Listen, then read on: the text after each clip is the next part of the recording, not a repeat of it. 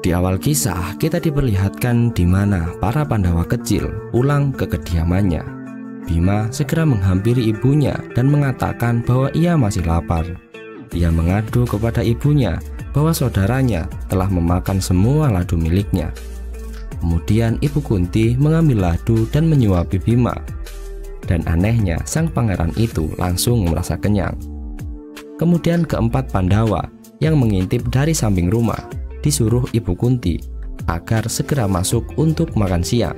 Mereka pun sangat senang dan saling memeluk Ibu Kunti.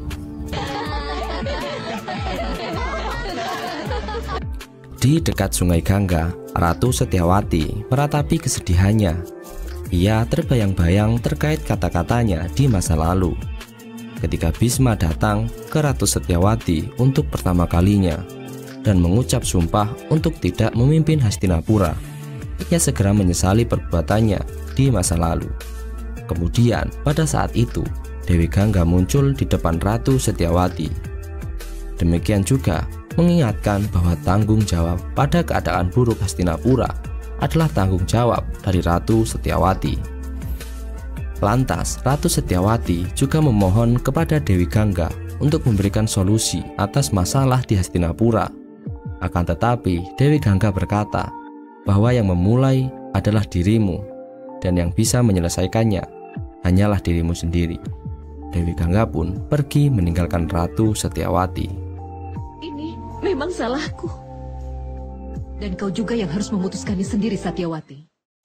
Setelah mendengar saran dari Dewi Gangga, Ratu Setyawati segera menemui Bisma dan Widura. Ratu Setyawati meminta agar Widura menyiapkan perjalanannya dan akan pergi pagi-pagi sekali. Ibu Ratu juga berkata bahwa ia menyesalkan selama hidupnya tidak menghargai anak yang bijaksana dan cerdas seperti Widura. Ia menganggap semua perkataan Widura adalah hal yang tidak penting. Kini Ibu Ratu meminta agar Widura menemaninya untuk menemui Pandu di hutan. Ratu Hastinapura itu akan membujuk Pandu agar mau kembali ke Hastinapura. Pandu diharapkan mau kembali menjadi raja dan membuat ketentraman bagi masyarakat Hastinapura. Kita berdua akan pergi untuk menemui Pandu. Sengkuni telah mendengar kabar bahwa Ratu Setyawati akan menjemput Pandu melalui mata-matanya. Kini pangeran dari Gandhara ini mengajak Gandhari dan Drestarasta untuk mengadakan ritual pengangkatan Duryudana sebagai pangeran mahkota di Hastinapura. Pangeran Sengkuni menginginkan agar keponakannya itu menjadi pangeran mahkota sebelum kembalinya Ratu dan Widura. Awalnya Gandhari menolak melakukan apa yang dimau kakaknya. Akan tetapi dengan segala tipu muslihatnya, ia pun berhasil menghasut keduanya untuk melakukan ritual pengangkatan Duryudana sebagai pangeran mahkota. Ini untuk membuat janji, Gandhari. Ayo yang mulia, duduklah. Adegan pun berpindah. Pandu memberikan pelajaran dan pengetahuan kepada anak-anaknya dengan ajaran yang baik dan mulia. Yudhistira dengan kecerdasannya mampu menganalisa setiap kata dari ayahnya. Pandu pun sangat bangga kepada Yudhistira. Ia mengharapkan agar Yudhistira nantinya akan menjadi raja yang baik bagi Hastinapura. Sementara itu, Ibu Ratu Setyawati dan Widura telah melakukan perjalanan untuk menemui Pangeran Pandu. Kini mereka sedang beristirahat bersama para prajuritnya. Widura menemui Ibu Ratu dan menyuruhnya untuk segera beristirahat karena tempat untuknya sudah siap digunakan. Akan tetapi Ibu Ratu tidak memerlukan istirahat karena pikirannya belum tenang. Ia terus memikirkan bagaimana caranya untuk membujuk Pangeran Pandu agar ia mau kembali ke kerajaan Hastinapura. Tetapi mereka harus tetap beristirahat karena para prajurit memerlukan hal itu. Bisa membedakan kasih sayang dan keegoisan. Pandu pasti mendengarkan kata-kataku. Sementara itu, Pangeran Pandu dan Putri Madri sedang memetik bunga untuk pemujaan, sedangkan para Pandawa sedang bermain dengan riang. Pada saat itu, Pandu mendekati Madri dan nampak tergoda dengan kecantikan Putri Madri. Sadewa seolah mendapat firasat buruk ia segera pulang untuk menemui Ibu Kunti. Sadewa mengkhawatirkan ayahnya karena ia mendapat firasat bahwa ayahnya akan mendapat hal buruk. Kunti mempertanyakan di mana ayahnya setelah Sadewa mengadukan bahwa ia mendapat firasat buruk. Sadewa mengatakan bahwa ayahnya bersama Ibu Madri sedang di taman untuk mengambil bunga sebagai pemujaan. Kunti segera teringat dengan kata-kata Pandu yang mendapat kutukan dari Resi Kindama. Kunti kemudian segera memerintahkan Sadewa dan saudara-saudaranya agar tetap tinggal di tempat itu, dan Kunti akan mencari Pangeran Pandu. Sesuatu yang buruk sedang terjadi pada ayah. Sementara itu, Pandu bermain bunga dengan istri keduanya ketika mengambil bunga. Mereka berlari-lari di taman bunga tersebut. Pangeran Pandu dan Putri Madri sedang asyik bermain bunga, tergoda untuk melakukan hubungan badan.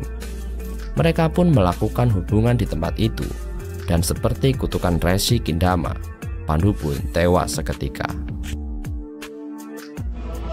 Tuanku!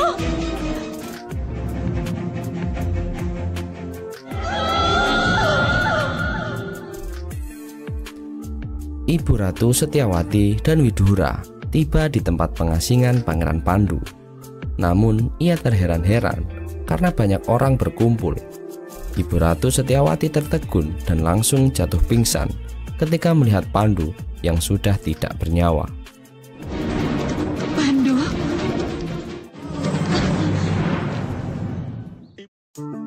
Sementara itu, acara pemakaman Pangeran Pandu akan segera dimulai. Para pelayan masih menyiapkan kayu bakar untuk Pangeran Pandu. Sedangkan Ibu Ratu Setyawati yang sudah sadar dari pingsannya, ia berdiri di samping Sungai Gangga. Ia teringat dengan kata-kata sang suami, yaitu Raja Santanu, bahwa ketamakan nantinya akan membuat hatinya berdarah. Ia juga mendapat tanda ada seekor ikan mas melompat dari Sungai Gangga dan langsung mati. Sementara itu, Putri Madri dan Putri Kunti menangis di rumahnya. Putri Madri mengatakan bahwa ia akan menyusul Pangeran Pandu karena kutukan ini berawal darinya dan menjadi kenyataan juga karenanya.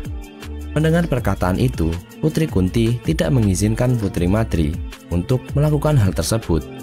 Tiba-tiba, Putri Madri terjatuh dan meninggal seketika itu. Putri Kunti yang kaget langsung menghampiri Putri Madri. Akan tetapi, Putri Madri sudah tidak bisa ditolong. Bahkan kita juga bisa melihat di mana roh dari Putri Madri yang pergi meninggalkan tubuhnya. Madri!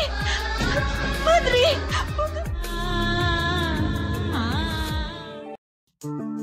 Pangeran Pandu dan Putri Madri dikremasi pada saat itu. Widura heran karena tidak ada satupun anak Pandu yang menangis. Ia menghampiri Yudhistira dan menanyakan mengapa ia tidak menangis. Yudhistira mengatakan bahwa air mata akan terhapuskan oleh keheningan malam. Kalau ia menangis sekarang, maka adik-adiknya akan kehilangan semua kekuatannya. Kemudian Widura mendekati Nakula dan membawanya. Ia pun bertanya kembali mengapa ia tidak menangis atas kematian ayahnya. Dengan jelas Nakula menjawab bahwa kalau ia menangis sekarang, maka seolah-olah dia tidak percaya atas kakak tertuanya. Dan oleh karena itu, bagi kami kakak tertua adalah ayah. Mendengar hal itu, Ibu Ratu Setyawati merasa sangat puas dan senang. Lantas Widura meminta kepada para putra Pandu untuk memeluk dirinya dan mempersilahkan untuk melepaskan air matanya. Mereka pun menghampiri Widura dan memeluknya sambil menangis dengan keras.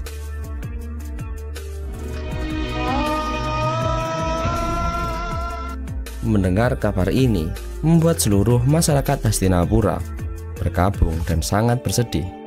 Sedangkan Bisma di dekat Sungai Gangga masih tidak percaya atas kematian keponakannya itu. Acara menabur abu pun dimulai. Para anak-anak Pandu menaburkan abu di aliran Sungai Gangga. Setelah acara selesai, Widura menyuruh para Pandawa dan Putri Kunti untuk menuju kereta, sedangkan ia akan menyusul Ibu Ratu Setyawati. Ibu Ratu Setyawati masih merenung di dekat Sungai Gangga. Widura datang dan menghampiri dan mengajak bahwa sudah saatnya untuk pergi. Ibu Ratu Setyawati bercerita kepada Widura mengenai kesalahan demi kesalahannya yang membuat Hastinapura harus merasakan imbasnya. Dan kini tiba saatnya untuk bertobat. Surat yang mengatakan bahwa ia tidak akan kembali ke Hastinapura bersama Widura. Aku tidak akan kembali ke Hastinapura bersamamu.